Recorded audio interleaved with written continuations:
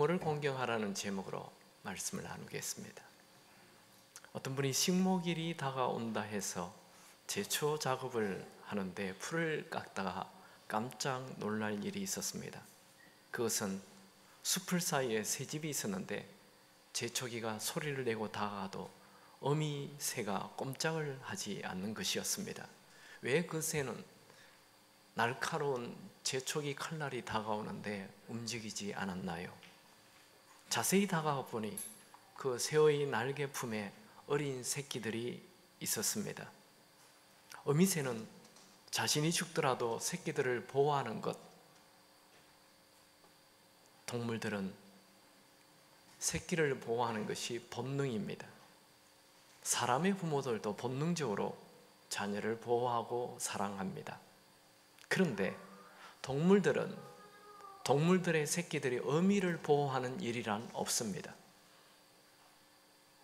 사람이 부모의 사랑만 받고 부모를 공경하지 않는다면 동물이나 똑같은 것입니다.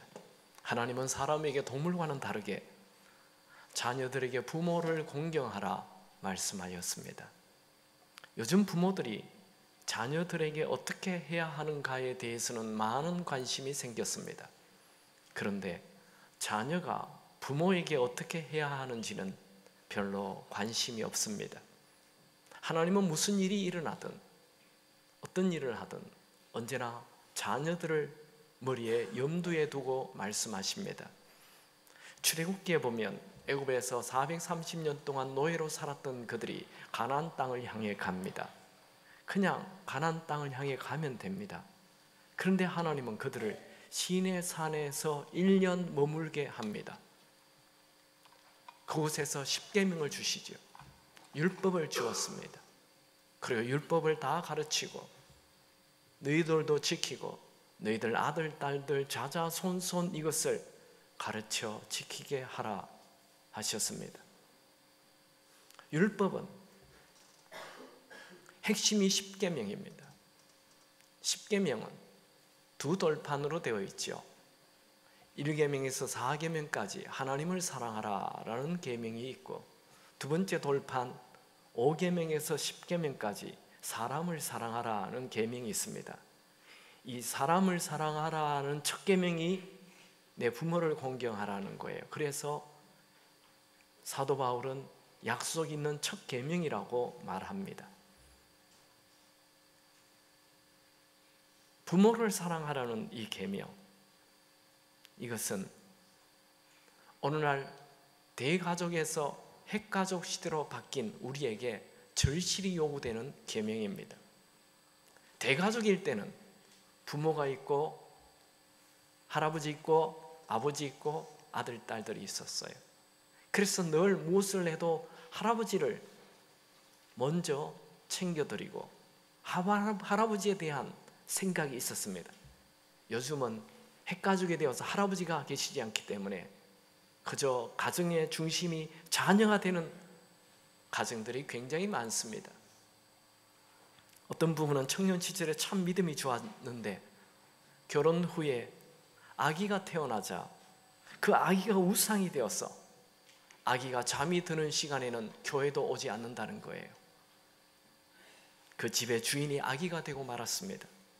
사랑하는 기쁨의 교우 여러분, 가정의 주인은 아버지도 아니고 어머니도 아니고 아이도 아닙니다. 가정의 주인은 하나님이십니다. 하나님을 가정의 주인으로 모시지 않는 가정은 늘 위험한 가정이 됩니다. 자녀를 우상시하면 그 자녀가 부모를 무시하게 되고 부모의 말도 듣지 않게 됩니다. 여러분, 말세의 징조가 뭔지 아시죠? 디모데후서 3장 1절 2절을 보면 너희는 이것을 알라. 말세에 고통하는 때가 이르러 사람들이 자기를 사랑하며 돈을 사랑하며 자랑하며 교만하며 비방하며 부모를 거역하며, 부모의 말을 듣지 않는 것, 이게 마지막 시대의 징조입니다. 자기 자신만 사랑하는, 로마서 1장에서도 하나님을 떠난 사람들을 쭉 소개하는데 그 중에 하나가 로마서 1장 30절에 부모를 거역하는 죄가 나옵니다. 이 죄는 사형에 해당하다 성경은 말씀하고 있습니다. 우리 그리스도인들은 부모 거역이 보편화된 이 세대를 따라가지 말고 하나님 말씀대로 부모를 공경해야 합니다. 여러분, 우리는 왜 부모를 공경해야 합니까? 첫 번째로, 부모 공경은 하나님의 명령입니다. 내 부모를 공경하라, 이 명령이에요.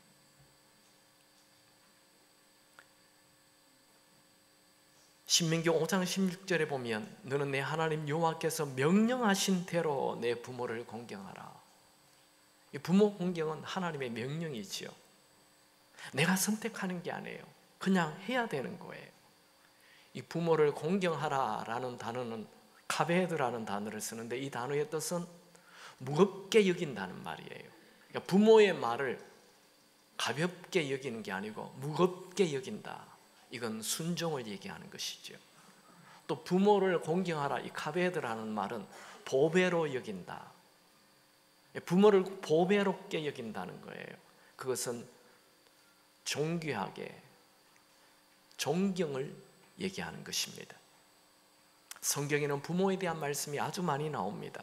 레위기 19장 3절에 너희 각 사람은 부모를 경외하고 나의 안식일을 지키라. 나는 너희의 하나님 여호와니라. 신명기 5장 16절에 너는 내 하나님 여호와께서 명령하신 대로 내 부모를 공경하라. 그리하면 내 하나님 여호와가 내게 준 땅에서 내 생명이 길고 복을 누리리라. 잠언 23장 25절에 내 부모를 즐겁게 하며 너를 낳은 어미를 기쁘게 하라. 에베소서 6장 1절에 3절에는 자녀들아 주 안에서 너희 부모에게 순종하라. 이것이 옳으니라. 내 아버지와 어머니를 공경하라. 이것은 약속 있는 첫 계명이니 이로써 내가 잘되고 땅에서 장수하리라. 여러분, 유대인들이 이 10계명 중에 가장 무수하는 계명이 뭔 줄 아세요? 바로 안식일을 지키라는 4계명과 내 부모를 공경하라는 이 5계명, 이 두 계명은 반드시 지킵니다. 왜 그럴까요? 10계명은 다 똑같은데 다른 계명은 그냥 명령이에요. 살인하지 말라, 간음하지 말라, 도둑질하지 말라, 우상 숭배하지 말라, 하는 안식일을 지켜, 이런 다 명령인데 딱 이 안식일을 지키라는 것과 내 부모를 공경하라는 것은 뒤에 설명을 달고 있는데 이것을 지키지 아니하면 돌로 쳐 죽여라 돼 있어요. 그러니까 유대인들은 이 안식일을 지키는 것과 부모를 공경하는 것은 두려워하면서 반드시 지키고 있습니다. 지금도 그들은 이 두 계명은 반드시 지킵니다. 특별히 성경에서는 부모를 거역하는 것에 대해서는 아주 엄하게 다스립니다. 출애굽기 21장 15절, 내가 자녀라고 생각되는 분들은 크게 한번 읽어볼까요? 자기 아버지나 어머니를 치는 자는 반드시 죽일지니라. 출애굽기 21장 17절, 자기의 아버지나 어머니를 저주하는 자는 반드시 죽일지니라. 레위기 20장 9절, 만일 누구든지 자기의 아버지나 어머니를 저주하는 자는 반드시 죽일지니 그가 자기의 아버지나 어머니를 저주하였은즉 그의 피가 자기에게로 돌아가리라. 잠언 30장 17절, 아비를 조롱하며 어미 순종하기를 싫어하는 자의 눈은 꼴짜기에 까마귀에게 쪼이고 독수리 새끼에게 먹히리라. 마가복음 7장 10절, 모세는 내 부모를 공경하라 하고 또 아버지나 어머니를 모욕하는 자는 죽임을 당하리라 하였거늘. 신명기 27장 16절, 그의 부모를 경홀히 여기는 자는 저주를 받을 것이라 할 것이요 모든 백성은 아멘 할지니라. 여러분, 성경에서는 부모를 치기만 해도 그냥 죽이라고 해요. 그냥 죽이는 게 반드시 죽이라고 그랬어요. 부모를 모욕하거나 저주하는 자 반드시 죽이라고 했습니다. 모욕이라는 말은 악한 발언, 부모의 마음을 아프게 하는 발언을 막 하는 그 말이었죠. 요즘 한국 사회 같으면 돌에 맞아 죽을 자녀들이 수두룩할 것입니다. 왜 성경은 부모 공경에 대해 이렇게 무서운 말씀을 하십니까? 여러분, 부모는 내가 선택한 게 아니에요. 여러분들에게 부모를 선택하라고 했다면 뭐 재벌 아니면 세상에 유명한 사람을 선택했겠죠? 부모는 내가 선택하는 게 아니에요.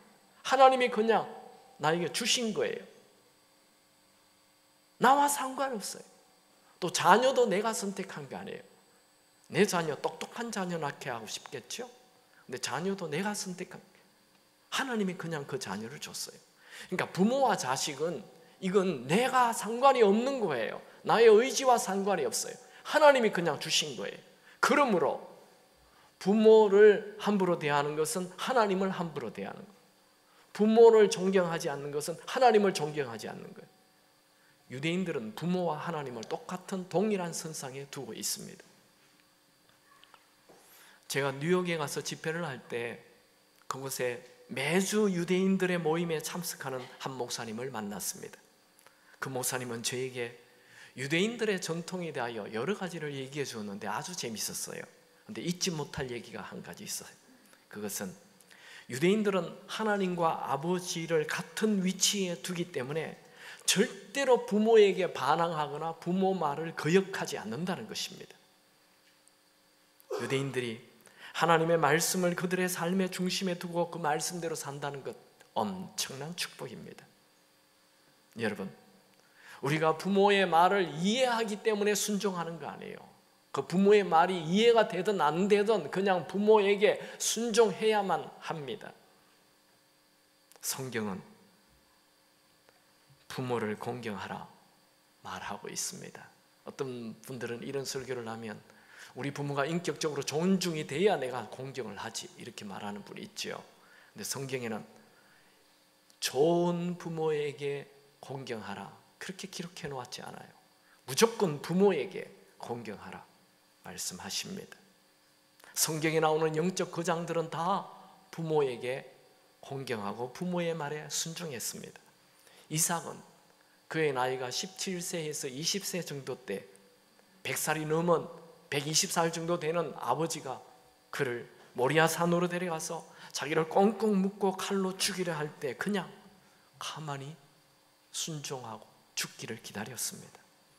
얼마든지 나이 120세 된 이 노인 아버지를 밀치고 나갈 수 있는 힘이 있습니다.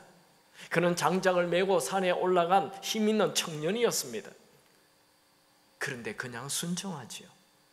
이런 이삭의 모습은 신약의 메시아로 오시는 예수님의 죽으심을 그림자로 보여주는 것입니다. 예수님도 도살장에 끌려가는 어린 양처럼 하나님의 뜻 십자가의 길을 그냥 가셨습니다. 하나님 말씀에 100% 순종하는 것이지요. 사무엘도 어린 나이에 젖을 뗄 무렵 부모를 떠나 엘리 제사장 집에 몸종으로 살라라는 그 부모의 결정에 순종합니다. 아니 어머니가 괜한 약속을 해가지고 내가 왜 갑니까? 내가 왜 어머니하고 헤어져야 돼요? 내가 왜 그 집에 몸종이 돼야 돼요? 하며 반항하지 않습니다. 사무엘 순종의 사람이었습니다. 다윗도 어느 날 아버지가 자신을 불러 전쟁터에 나가 있는 형들에게 음식을 갖다 주라 할 때 명령에 주저함 없이 떠났습니다. 부모의 말씀에 순종하는 것에는 이유가 없습니다. 그냥 순종하는 것이죠. 여러분, 부모는 하나님께서 하나님 대신 우리를 돌보도록 맡기신 하나님의 대리인입니다. 여러분, 부모를 볼 때 그냥 부모로 보지 말고 부모 너머에 계시는 하나님을 보시기 바랍니다. 우리가 부모에게 순종하고 부모를 공경하는 것, 하나님의 명령, 하나님의 뜻입니다. 두 번째로 왜 우리가 부모를 공경해야 합니까? 부모 공경은 옳은 일입니다. 에베소서 6장 1절에서 3절 같이 읽습니다. 자녀들아 주 안에서 너희 부모에게 순종하라. 이것이 옳으니라. 내 아버지와 어머니를 공경하라. 이것은 약속이 있는 첫 계명이니 이로써 내가 잘되고 땅에서 장수하리라. 이게 옳으니라 라는 말은 헬라어로 디카이온이라는 말인데 의롭다, 정당하다, 맞다 이런 뜻입니다.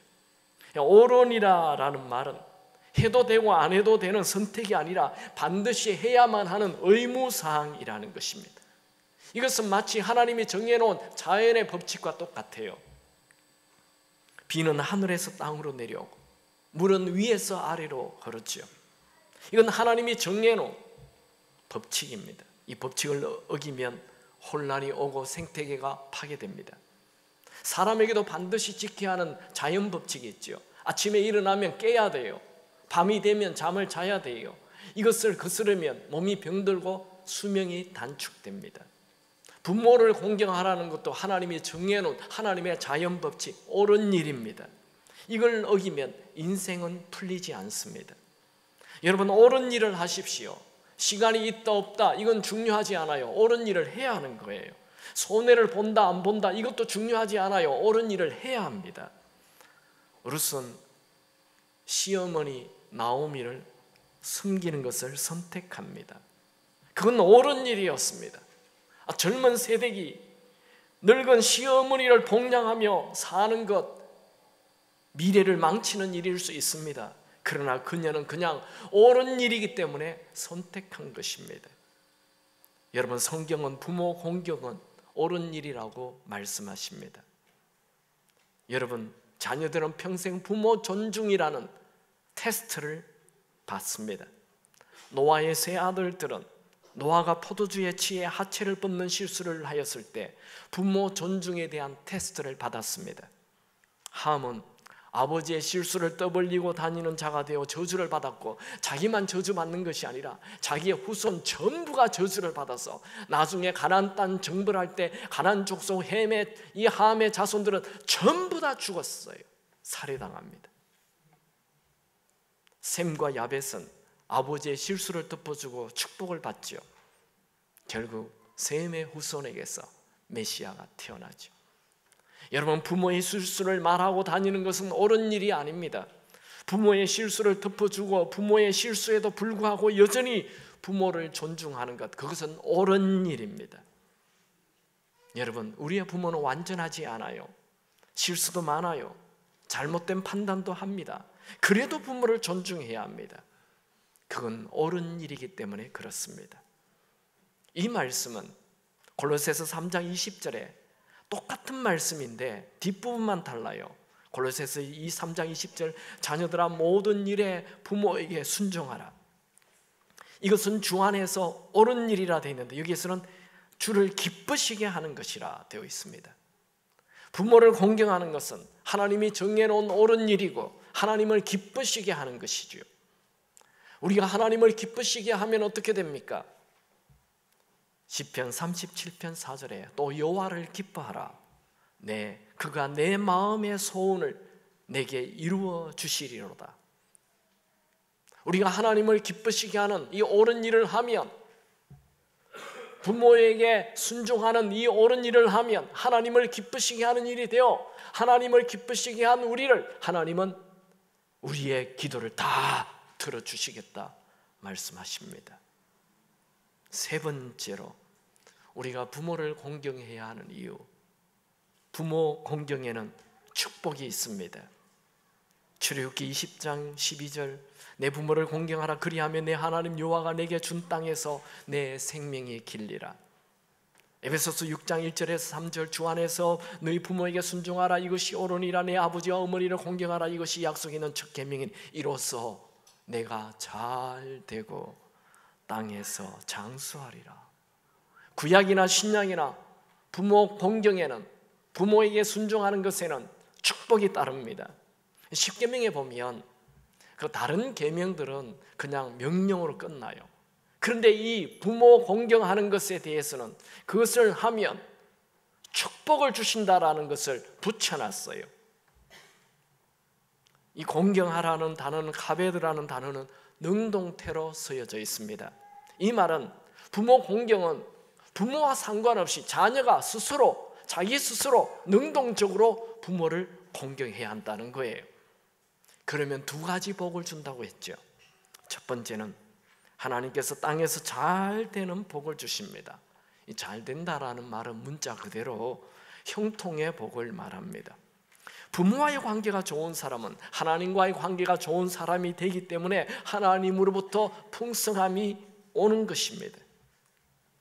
부모에게 온전히 순종했던 이삭, 부모가 죽이는데도 그냥 가만히 있어요.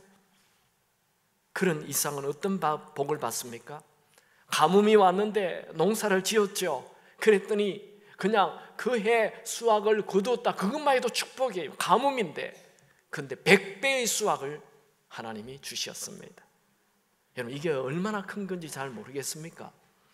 농사 짓는 분은 1년 내내 일해서 1년치 수확을 거둡니다. 그게 얼마 될까요? 우리 한 달에 우리 농부들이 1년치 수확이 얼마나 됩니까?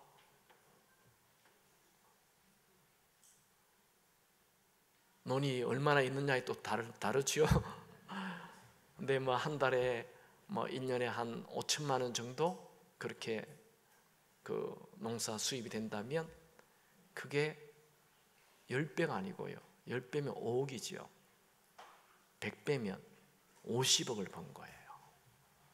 5천만 원 버는 사람이 한 해에 어마어마한 돈을 버는 거예요. 상상을 초월하는 복. 왜 이삭에게 그런 복을 줍니까? 온전한 숙, 온전한 순전, 부모를 공경하는 자. 하나님은 약속하신 것은 반드시 이루십니다. 룻은 시어머니 나오미를 섬겼습니다. 과부입니다. 나오미에게 아무 재산이 없어요. 그런데 그 어머니에게 복량을 하죠. 잘 섬기죠. 이삭을 주워 가지고 어머니를 섬깁니다. 그랬더니 무슨 일이 일어납니까? 그 베들레헴 동네에 가장 존경받는 보아스와 결혼을 하게 되고, 유대인들이 제일 부러워하는 로얄 패밀리 다윗 가문의 할머니가 되고, 또 그곳에서 예수 그리스도가 태어나지 않습니까? 룻은 온전한 공경으로, 부모 공경으로 영적 육적 복을 다 누렸습니다. 하나님은 약속하신 것을 반드시 지키십니다. 하나님은 우리가 부모에게 어떻게 대하는지 지금 다 보고 계십니다. 부모를 공경하는 자에게는 이상하게도 그냥 일상 인생 자체가 아주 부드러워요. 술술술술 풀려요. 가정에 평안이 있고 하는 일이 잘 되고 자녀들이 믿음의 거장이 됩니다. 두 번째는 생명이 길고 장수한다 되어 있습니다. 이게 생명이 길다라는 것은 그냥 오래 산다라는 얘기 아니고 생명을 얘기해요. 기쁨이 있고 활력이 넘치는 것을 말합니다. 이런 말씀은 불치병, 사고, 고난을 막아주신다는 말씀입니다. 혹시 여러분에게 질병이 나타나면 하나님께서 생명을 주시고 장수하게 하신다는 이 부모 공경의 약속의 말씀을 붙잡고 질병을 꾸짖고 물리치시기 바랍니다. 내가 예수 이름으로 명하노니 질병, 우울, 고난은 떠나고 기쁨과 활력이 넘치는 삶이 될지어다. 여러분, 부모 존중은 내 인생을 풍성하게 하고 생동감 넘치는 인생이 되게 해줍니다. 혹시 여기 결혼 직전에 있는 처녀 총각들이 있습니까? 내가 만나는 그 상대방이 아버지와의 관계가 늘 안 좋다, 그렇다면 그 결혼하는 것 좀 미루시기 바랍니다. 근데 내가 만나는 그 남자가 아버지와의 관계가 굉장히 좋다, 고민하지 말고 빨리 결혼하시기 바랍니다. 이 부모와의 관계는 인간관계의 기초예요. 인간관계의 기초가 잘 된 사람, 그 사람은 결혼을 하면 모든 인간관계가 순조롭게 됩니다. 이삭이 쌍둥이 아들을 낳게 되죠. 에서와 야곱. 이 두 아들을 축복하기 전에 이미 첫째 아들 에서는 부모의 뜻도 물어보지 않고 자기 마음대로 이방 여인과 결혼을 해요. 그래서 이미 이 축복을 받기 전에 이삭은 부모의 마음에서 멀어진 아들입니다. 창세기 26장 34절 35절을 보면 에서가 40세에 헷 족속 부에리의 딸 유딕과 헷 족속 엘론의 딸 바스맛을 아내로 맞이하였더니 그들이 이삭과 리브가의 마음에 근심이 되었더라. 여러분, 결혼 문제로 부모의 마음에 근심을 주는 자 되지 않기 바랍니다. 여러분, 인생은 내가 열심히 잘 산다고 되는 게 아니에요. 하나님의 뜻대로 살아야 하고 하나님의 뜻, 부모 공경을 하며 살아야 합니다. 에서는 부모 존경도 없이 자기 마음대로 살았기 때문에 장자의 축복도 받지 못하였고 믿음의 가문에서 밀려나게 되었습니다. 하나님은 부모 공경하는 자에게 잘 되게 하는 축복을 주십니다. 야곱에게는 12아들이 있었죠. 이 12아들 중에 아버지의 사랑을 제일 많이 받았던 사람이 바로 요셉이죠. 요셉은 나중에 애굽의 총리가 되어서 아버지를 잘 섬깁니다. 공경합니다. 얼마나 잘 섬기느냐 하면 그 형님들이 자기를 애굽의 노예로 팔았길래 이 형들을 미워하는 마음이 있겠지만 혹시라도 형들을 미워하면 아버지의 마음이 상할까 형들에게도 잘합니다. 요셉이 아버지 야곱에게 잘하는 것 당연한 일입니다. 왜요? 아버지 야곱이 이 요셉을 엄청 사랑했잖아요. 12아들 중에 라헬에게서 자기가 이 야곱이 제일 사랑했던 여자가 이 4명 중에 라헬이었죠. 라헬을 너무 사랑했는데 라헬에게서 태어난 사람은 요셉과 베냐민 뿐이잖아요. 그래서 요셉을 편애를 한 거예요. 극진히 사랑했어요. 다른 아들은 그냥 흐름한 옷을 입히고 이 요셉에게만 왕족들이 입는 채색 옷을 입혀주었어요. 다른 아들들은 다 나가 양 치고 뭐 소 치고 일을 하는데 요셉 너는 내 품에 와서 옆에 와서 내가 주는 음식이나 먹고 있으라고. 그러니 요셉이 아버지의 사랑을 풍성하게 받았기 때문에 그가 아버지에게 잘하는 거 당연한 일이에요. 여러분, 야곱의 12아들이 12지파 되는데 12지파 중에 어느 지파에서 예수님이 태어납니까? 모르세요? 유다 지파에서 태어나죠. 아니 요셉 지파에서 태어나야지. 그렇게 아버지에게 잘했는데 부모에게 잘하면 상 준다 했잖아요, 하나님이. 근데 왜 예수님은 유다 지파에서 태어납니까? 유다는 첫째 부인 이 레아의 넷째 아들이에요. 그러니까 라헬의 아들이 아니에요. 이 야곱이 라헬의 아들들만 사랑했거든요. 레아의 아들, 넷째 아들 유다를 사랑하지 않았어요. 근데 다른 아이들이 다 삐진 거 아닙니까? 아버지에 대하여 불만이 많고 반항기가 있는데, 근데 이 넷째 아들 유다는 아버지에게 잘합니다. 아버지가 자기에게 어떻게 해주는 그건 중요하지 않아요. 내 쪽에서 아버지에게 잘해요. 요셉이 나타났을 때 다른 아들들 다 요셉을 잡아가지고 그냥 그 사막의 마른 우물 안에 집어넣어 버렸잖아요. 죽으라 이거예요. 사막에는 사람이 다니지 않기 때문에 그 마른 우물 안에 넣어놓으면 그냥 꼼짝없이 죽는 거예요.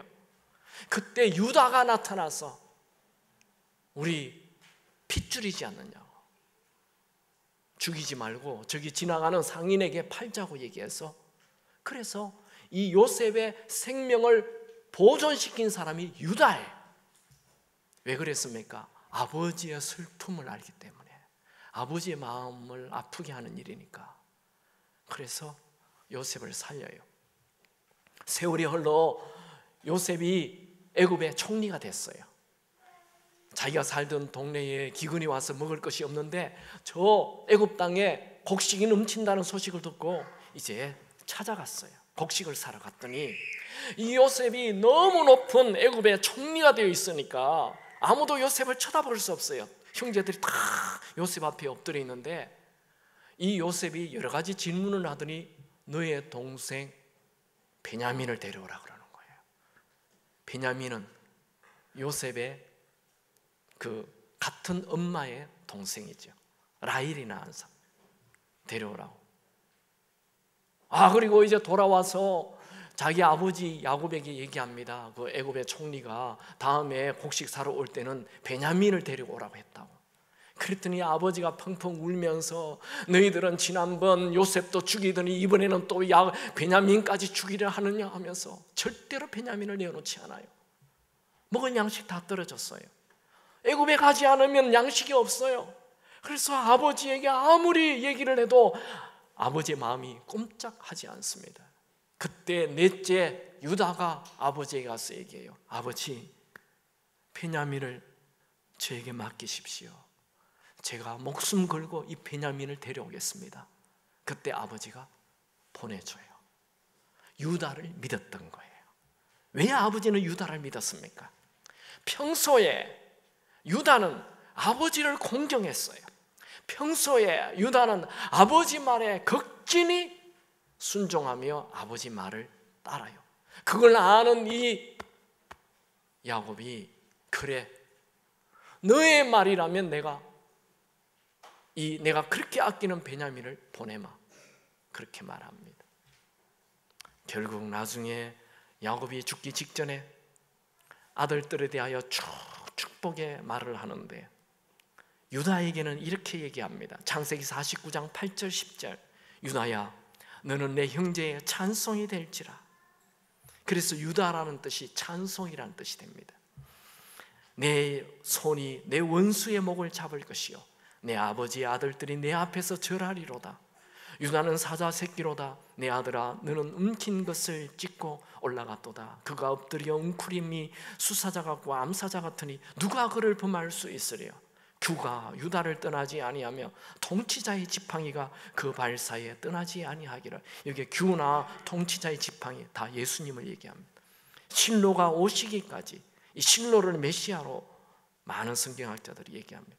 이르리니 그에게 모든 백성이 복종하리로다. 유다에게 메시아가 올 것을 예언해 줍니다. 여러분, 이 강력한 메시지예요. 부모 쪽에서 나를 사랑하지 않았다 해도 내가 부모를 공경하고 부모의 말에 순종하면 하나님께서 다 보시고, 여러분이 부모에게 어떻게 하는지 하나님은 지금 다 보고 계십니다. 반드시 땅에서 잘 되는 축복을 주신다는 것입니다. 여러분, 누가 축복된 미래를 맞이합니까? 바로 부모를 존중하고 부모에게 순종하는 자입니다. 여러분, 여러분의 미래에 좋은 일이 나타나기를 원하십니까? 부모의 인격이나 부모의 행동에 상관없이 부모를 존경하십시오. 저는 가난하게 살았지만 평생 지켜오는 것이 있습니다. 그것은 하나님께 11조와 선교 장학 방송 비전 헌금을 드리는 것이며, 또 하나는 제가 결혼하는 순간부터 지금까지 부모님을 모시고 사는 것이며 경제적인 도움을 드리는 것입니다. 우리가 하나님의 뜻대로 살면 하나님은 언제나 우리에게 좋은 미래를 열어주십니다.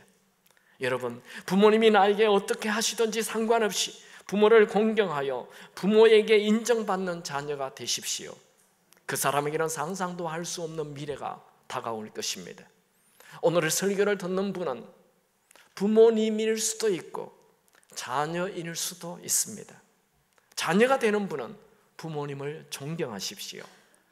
그 기회도 곧 없어질 것입니다. 저는 저의 아버지 어머니는 다 돌아가셨습니다. 우리 장모님도 돌아가셨습니다. 이제 장인어른 한 분 모시고 살고 있습니다. 여러분의 부모님 늘 여러분 곁에 계시지 않습니다. 더 이상 부모님을 섬길 수 없는 날이 여러분에게도 올 것입니다. 부모님이 되신 분은 자녀들에게 대접받을 생각하지 마세요. 요즘 시대는 자녀에게 대접받는 시대가 아닙니다. 이 부모의 날인데 이 녀석들이 선물도 없어, 그러지 마세요. 그냥 시집 장가 가서 잘 사는 것으로 만족하십시오. 손주 낳아서 갖다 주지 않는 것으로 감사하시기 바랍니다. 그냥 손주만 낳아가지고 갖다 주고 이혼해서 떠나버립니다. 요즘 시대가 그래요. 그 대신 여러분들은 여러분의 자녀들에게 믿음을 꼭 물려주시기 바랍니다. 믿음이 있는 자녀가 이 땅에서 형통한 삶을 살게 됩니다. 부모님들이요, 여러분 때문에 자자손손 믿음의 가문이 되게 하십시오. 부모님들이요, 여러분이 인생의 마지막 끝에서 나는 내 자녀들에게 믿음을 물려주지 못했구나 하는 후회하는 자가 되지 않기 바랍니다. 혹시 여러분 중에 나는 부모님의 사랑을 믿지 못해, 부모는 날 사랑하지 않아, 이렇게 말하는 분 있습니까? 오해입니다. 거짓말입니다. 부모는 자식을 위해 죽을 만큼 자녀를 사랑합니다. 그것을 못 느끼는 것은 여러분이 아직 철이 들지 않으시기 때문입니다. 야곱이 형 에서 대신 이삭 아버지에게 축복을 받으려고 들어갈 때 두려워했죠. 야곱이 어머니 리브가에게 어머니 내가 야곱인 것이 탄로가 나면 축복은커녕 아버지로부터 저주를 받게 될 거예요. 그러자 어머니 리브가가 이렇게 말을 하죠. 아들아, 저주는 내가 다 받을게. 너 가서 아버지에게 축복받아. 그게 어미의 마음입니다. 어미가 볼 때 이 야곱은 힘이 없는 아들이에요. 에서는 힘도 있고 활과 칼을 들고 사냥도 잘하고 그 뛰어난 아들이에요. 그러니 이 둘째 아들이 꼭 축복을 받아야 하는 거예요. 그래서 저주는 내가 다 받을게. 너는 축복받아. 그러나 일지요. 어머니의 손가락. 간호사로 일할 때의 일이다. 아침에 출근해 보니 아직 진료가 시작되기 이른 시간이었음에도 불구하고 25살 남짓되어 보이는 젊은 아가씨와 흰머리가 희끗희끗한 아주머니가 두 손을 꼭 마주 잡고 병원 문 앞에 서 있었다.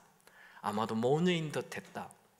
문을 열고 들어가면서 그들을 향해 말을 했다. 아주머니, 아직 진료 시간이 되려면 좀 있어야 하는데요. 선생님도 아직 안 오셨습니다. 내 말에 두 모녀가 기다리겠다는 표정으로 말없이 마주 보았다.